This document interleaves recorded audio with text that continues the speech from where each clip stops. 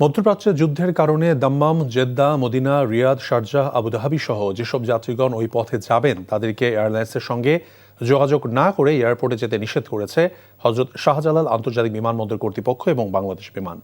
শনিবার গণমাধ্যমে পাঠানো সতর্কবার্তা এবং করণীয় বিষয়ক প্রেস বিজ্ঞপ্তিতে জানানো হয়, ফ্লাইট বাতিল বা বিলম্ব সংক্রান্ত তথ্য SMS, ইমেইল ও টেলিফোনের মাধ্যমে যাত্রীদের জানাতে হবে।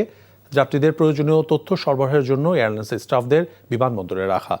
পুনর্নির্ধারিত ফ্লাইট সংক্রান্ত স্পষ্ট তথ্য যাত্রীদের জানাতে হবে যাতে যাত্রীদের ভোগান্তি না হয়।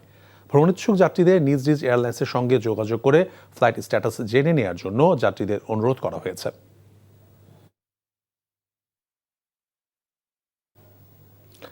দর্শক, এই মুহূর্তে হজরত শাহজালাল আন্তর্জাতিক বিমানবন্দরে আছেন সহকর্মী আরাফাত ইসলাম। আমরা সরাসরি যাচ্ছি তার কাছে।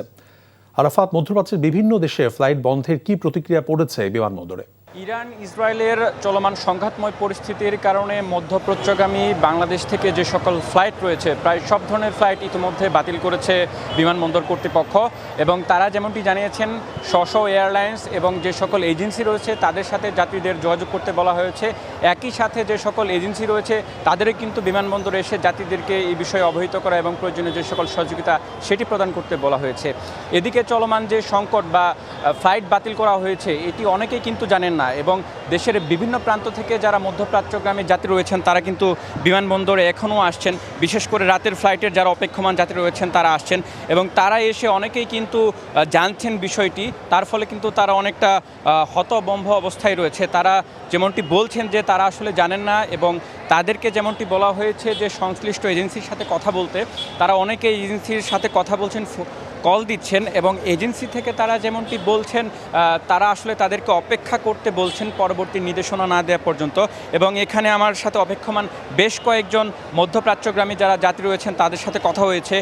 কারো অনেকেরই কিন্তু প্রায় যে ভিসা, সেই ভিসার কিন্তু শেষ পর্যায়ে রয়েছেন, অর্থাৎ 2-3 দিনের মধ্যে তাদের ভিসাটি শেষ হয়ে যাবে, যার ফলে তারা যদি এখন যেতে না পারে তারা আর্থিক ক্ষতির সম্মুখীন হবেন এমনটি তারা বলছেন। এবং তারা বলছেন যে অতি দ্রুত যাতে সরকারের পক্ষ থেকে তাদের এই বিষয়টি দেখা হয়, এবং যদি কারো ফ্লাইট রিশিডিউল করা না হয় তাতে করে যাতে অন্তত তাদের যে বিমানের যে টিকিট, সেই টিকিটের অর্থ যাতে ফেরত দেওয়া হয়, এরকম দাবি করছেন এখন পর্যন্ত যারা যাত্রী রয়েছেন। এবং এই চলমান সংকটকে কেন্দ্র করে কিন্তু যাত্রী দুর্ভোগ চরমে পৌঁছেছে। এখন পর্যন্ত হজরত শাহজালাল আন্তর্জাতিক বিমানবন্দর থেকে ফ্লাইট বাতিলের সবশেষেই ছিল আমার কাছে। তৌফিক। হজরত শাহজালাল আন্তর্জাতিক বিমানবন্দর থেকে ফ্লাইটের খবর জানাচ্ছিলেন আরাফাত ইসলাম।